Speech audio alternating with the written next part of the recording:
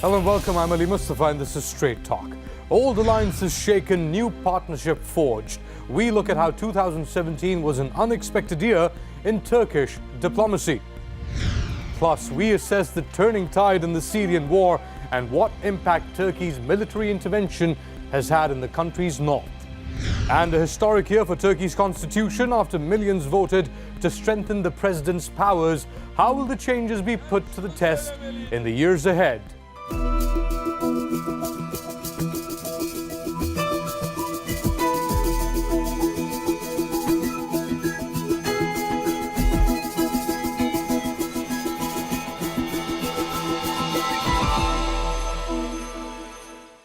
The year 2017 saw significant shifts in Turkey's foreign policy. Its six-decade-long alliance with NATO was shaken after a serious gaffe by Brussels led to Turkey pulling out of an exercise in October. And on the political front, it was a similar story, with EU officials often trading public barbs with their Turkish counterparts. Relations with the United States also saw a new low, due in part by Washington's support for the PKK-linked YPG in Syria and a visa row that impacted travel between the two countries. But Turkey didn't stay isolated and instead sought new partners elsewhere, as Adil Halim reports. 2017 has been a year of chess moves in Ankara. While relations with some long-standing allies fizzled out, new courtships have blossomed. Ankara and Moscow have rekindled their relationship, deepening bilateral ties. A far cry from 2 years ago, when Turkey shot down a Russian military jet over an airspace violation. But now, the two sides, along with Iran, are working towards a settlement in Syria. In August, Turkey bought Russia's S-400 missile defense system. The deal came with additional costs, however. Over and above the $2.5 billion price tag, several NATO members question the move. Turkey's long-standing EU accession hopes faced several roadblocks this year. In a live debate during Germany's presidential election campaign, Chancellor Angela Merkel hardened her stance. The fact is clear that Turkey should not become a member of the EU. Turkey's foreign minister says Islamophobia, xenophobia, and Turkophobia have all come into play this year. Our face has been always towards Europe, because we are in this continent. Turkey is part of this continent, like it or not. Another strained relationship is with the US. The rift between the once close allies hasn't fully mended since last year's coup attempt. Turkey's been trying, unsuccessfully since 2013, to extradite the man accused of orchestrating the coup, FETÖ leader Fethullah Gulen. The two countries have drifted further apart since the US began providing military support to the YPG in Syria. And the fallout became even worse in recent months over a visa crisis. This was not a decision we took lightly, and it's a decision we took with great sadness. In October, the US suspended non-immigrant visa services to Turkish nationals. Turkey responded by doing the same to US citizens. Both sides eventually settled the visa row. Then came another blow to diplomatic relations.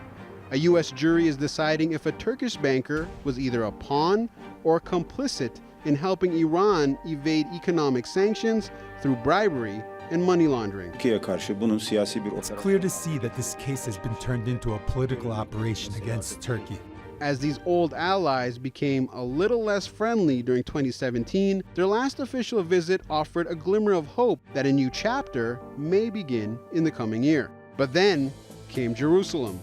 It is time to officially recognize Jerusalem as the capital of Israel. Turkish President Recep Tayyip Erdogan has taken the lead in opposing the move, hosting an emergency summit declaring East Jerusalem the capital of Palestine. As this chess match between friends turned foes will undoubtedly carry over into the new year, there'll be no shortage of storylines to follow in 2018. Adil Halim, Strait Talk. And to discuss this further, I'm joined in the studio by Halil Akinci. He's a former Turkish ambassador to Russia, and by Brigadier General Mark Kimmett, who is a former Brigadier General with the U.S. Army and also served as Assistant Secretary of State for Political and military affairs. Let's begin with you, Ambassador Kinci. Is the NATO alliance, has it outlived its purpose for Turkey? I don't think it outlived its purpose, but we have different concepts of alliance. I mean, we pursue the alliance not in the same way as the other allies. What do you mean? For example, when United States talks about Turkish-United States alliance, they talk about a loyal ally. Now, this is not the terminology which should be utilized.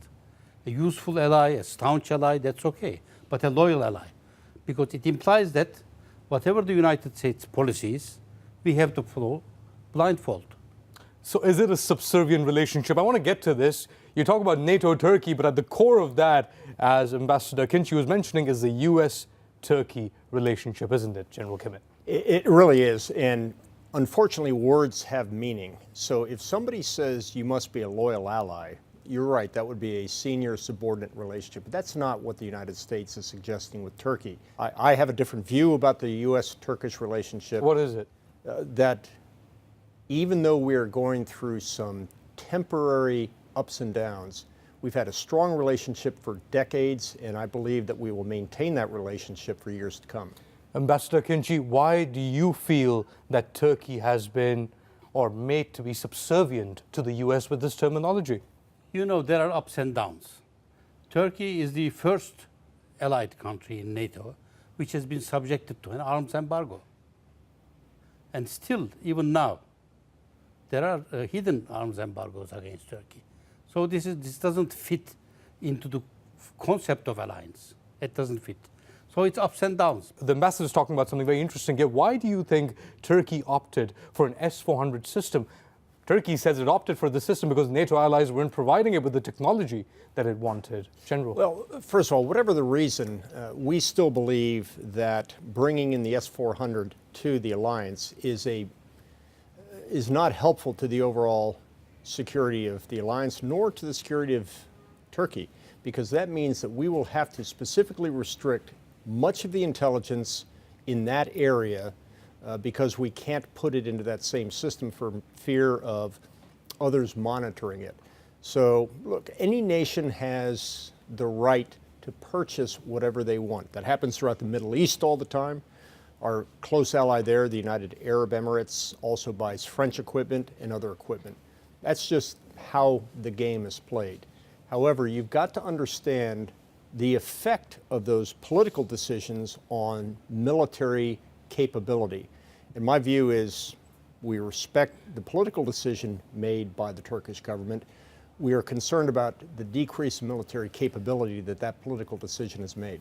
What is the political rationale or the rationale to support the YPG in Syria, despite Turkey saying time and again, and the US also admitting that the YPG and the PKK are the same, but the US says we still want to supply weapons to the YPG? Well, first of all, I don't think the United States has ever declaratively stated that the YPG and the PKK are part of the same organization. The relationship with the YPG is temporary. You know that on November 25th, our president stated to President Erdogan that in fact we would stop providing new weapons to the YPG. That is a temporary relationship so that we could continue to destroy ISIS and Al-Qaeda inside of Syria.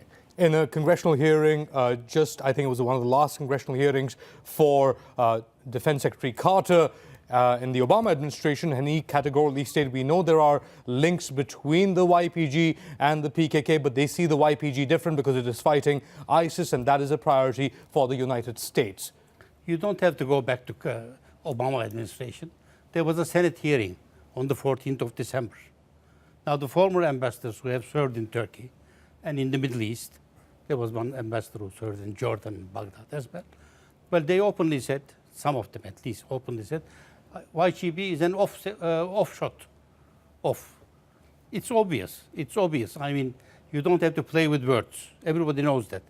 And as to the weapons provided end use, usually it's controlled, but it's not controlled now.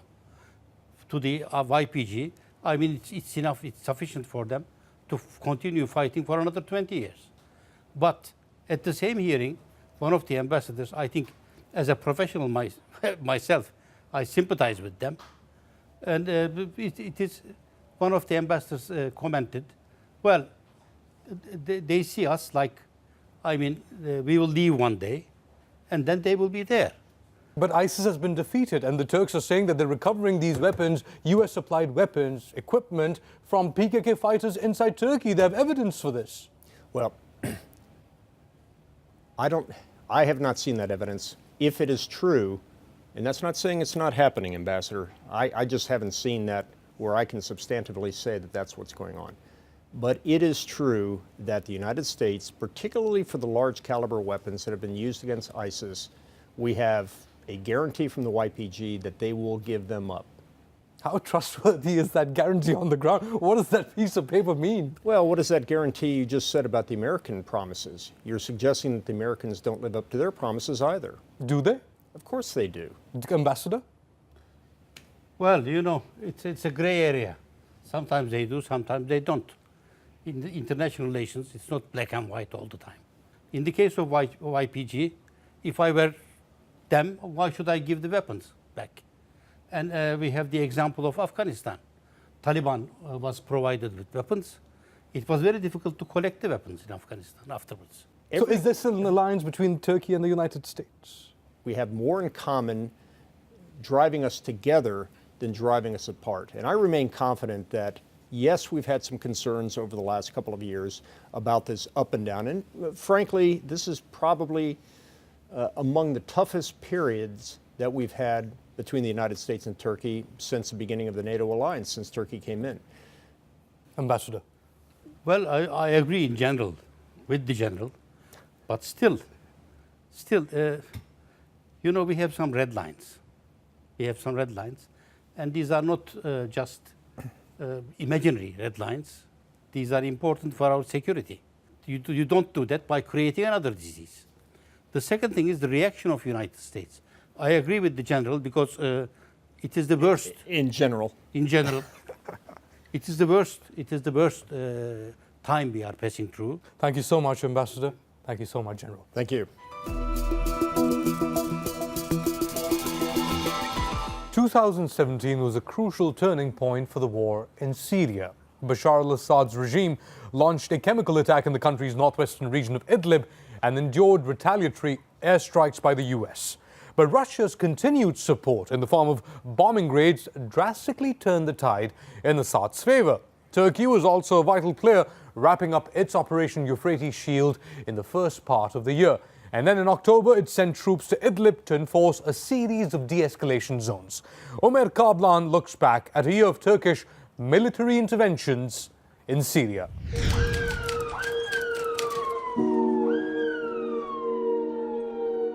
This is how Turkey entered 2017. 39 dead and more than 70 wounded.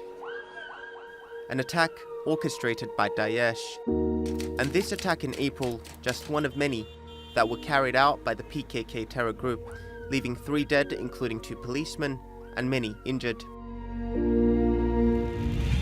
As the threat from Daesh spilled over from the war in Syria, and the PKK-linked YPG expanded its control along the border, the Turkish army prepared for military action.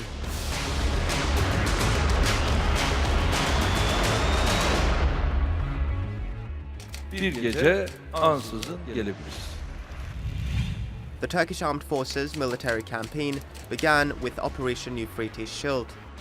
Along with the Free Syrian Army, Turkish troops captured the Syrian town of Jarablus from Daesh within hours. Turkey helped rebuild the town, sending in construction workers, teachers, and medical staff. Between 2014 and 2016, just over 3,000 people lived in Jarablus, but now it's home to 60,000 people and more are returning. The Turkish-backed Free Syrian Army also confronted the PKK-linked YPG as part of Operation Euphrates Shield, pushing them back from strategic areas. Turkey also carried out strikes on PKK targets, killing at least 2,000 militants this year. Later in 2017 at the Astana talks, Turkey signed the deal with Russia to establish de-escalation zones to protect Syrian civilians, also within Idlib province. The deal initiated Turkey's second major military campaign in Syria. This time, there was no direct confrontation. Along with being one of Syria's major rebel strongholds, Idlib borders the YPG stronghold of Afrin. Afrin'i teröristlerden temizleyeceğiz. Münbiç'i teröristlerden temizleyeceğiz. Tel Abyad'ı, Resul Ayn'ı, Kamışlı'yı teröristlerden temizleyeceğiz. Şemdinli'den Yayla Dağı'na kadar tüm sınırlarımızı teröristlerden temizleyeceğiz. As Turkey continues to confront its security challenges, could the next year bring more direct military involvement in the Syrian war? And at what cost? Ömer Kaplan, Strait Talk.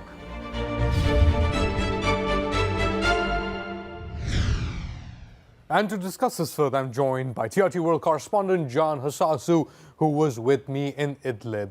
What's the logic driving Turkey to set up de-escalation zones in Idlib, for example? Well, it's a very serious national security issue for the Turkish government, actually.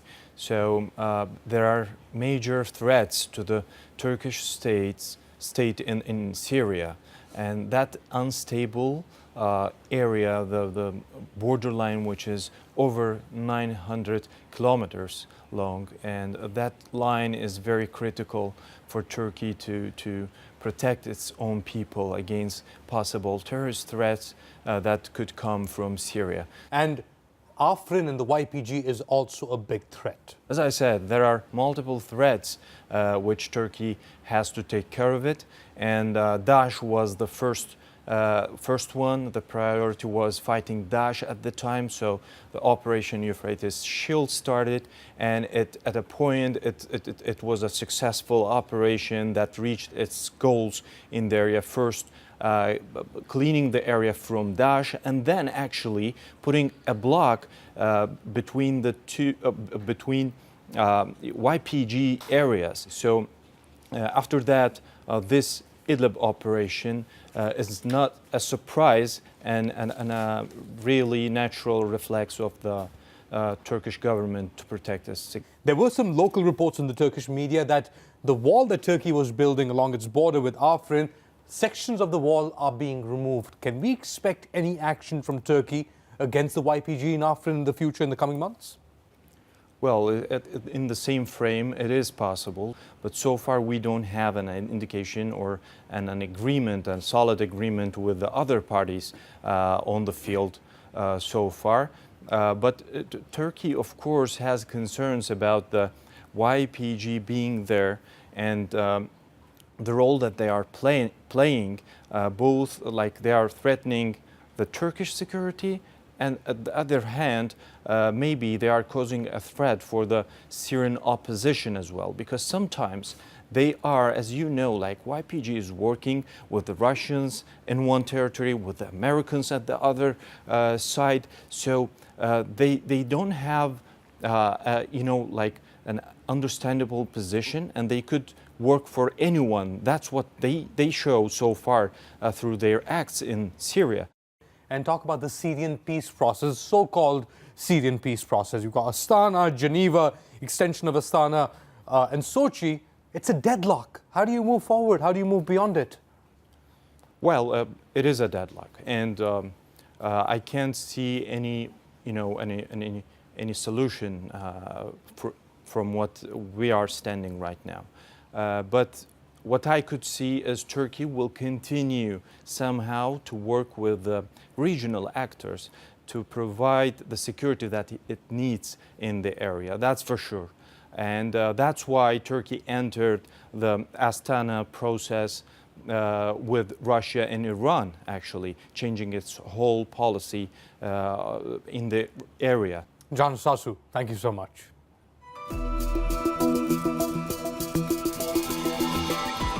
It was a referendum held to change Turkey's political structure. After a crucial day of voting on April 16th, the country narrowly voted yes to turn Turkey from a parliamentary to a presidential republic by 2019. Some of the changes include scrapping the role of Prime Minister and allowing the President to appoint ministers and senior judges. Critics argued it would give the President too much power over all branches of government, but supporters said the changes were necessary to tackle growing security challenges and to take the country out of its past of military coups. They also argued that reforms streamline decision-making and avoid the unwieldy parliamentary coalitions that have stalled Turkey in the past. And to discuss the referendum, I'm joined in the studio by journalist and commentator Salim Halal. Hello. Thank you so much for being here. Now, you've written on the referendum, you've spoken on the referendum. Voted on the referendum. And voted in the referendum. I'm not going to ask you for who, but what does the referendum mean? We are all, 7 months into it now? The last one might be an indicator for the next one. Now, yes and no. The easiest part of a referendum is just you either vote yes or no.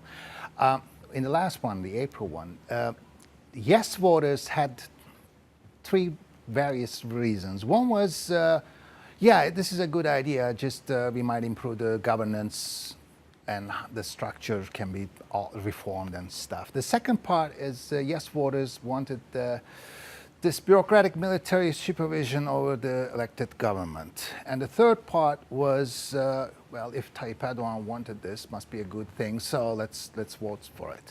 That was the three reasons that I can see.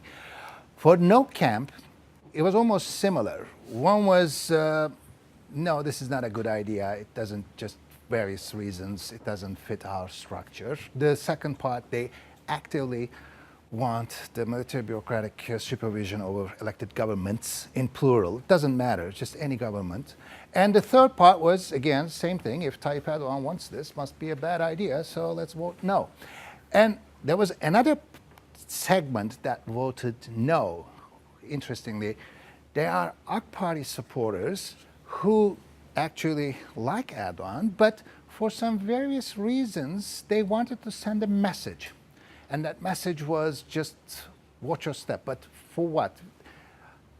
Could be personal reasons, might be complaints about how AK Party governs locally, could be bureaucratic handicaps, power fatigue, various reasons. It was a very, very tight race. And as you mentioned, Erdogan played a very critical part in this, didn't he? Why is Erdogan so central? In Turkish politics, leaders matter. Leaders matter more than the parties, political parties. It's almost about personalities. Personalities, of course. Their charisma, their clout, their message, their interaction with the masses. And this is not a new thing. Since 1950s, this has continued. Leaders carried on the politics. Leaders carried the parties, or leaders sunk the parties. So is the same tradition going on. It's 2019. Sure. All the changes have been made in the constitution. What happens next? It's really hard to predict because. What is your prediction? Overall, because it's still around Erdogan. Sure. He's driving all these policies. Sure.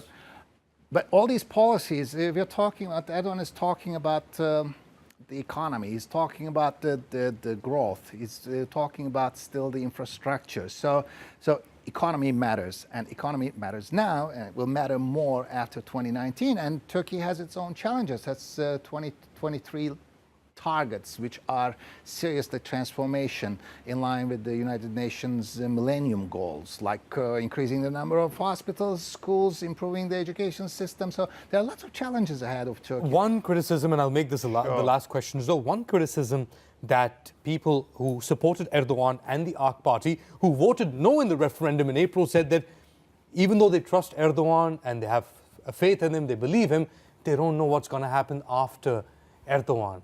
So if they change the system, yes, they don't know what they're changing the system for or who will take control. And the idea in the street is, well, if it doesn't work, we'll change it again. That's the dynamism of Turkey. Just Turkish dynamism is you try it, if it works, fine. And also it requires implementation. You make it sound easy. It is. In a way, that's why being fun in a very dynamic country. Just it's dynamism. All options are open. So things still might change.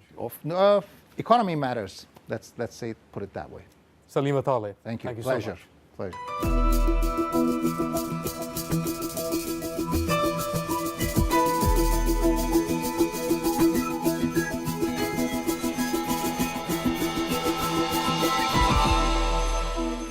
And that's all for this edition of Strait Talk with me, Ali Mustafa. If you've got any comments or suggestions, do share them with us at #StraightTalk. And also, don't forget to subscribe to our YouTube channel. Until next time, have a happy new year. I'll see you all in 2018. Take care. From Turkey's presidential complex in Ankara, from Jarablus in northern Syria, from Erbil in northern Iraq, from Idlib in northern Syria, from the Al-Aqsa compound in occupied East Jerusalem. For Palestinians, Turkey is an all-weather ally. These are the images that symbolize the relationship. And this anger now, it's land that has been fought over for thousands and thousands of years. Protesting against. In Tel Aviv, there is a very delicate situation. Some say there's a new great game in the region.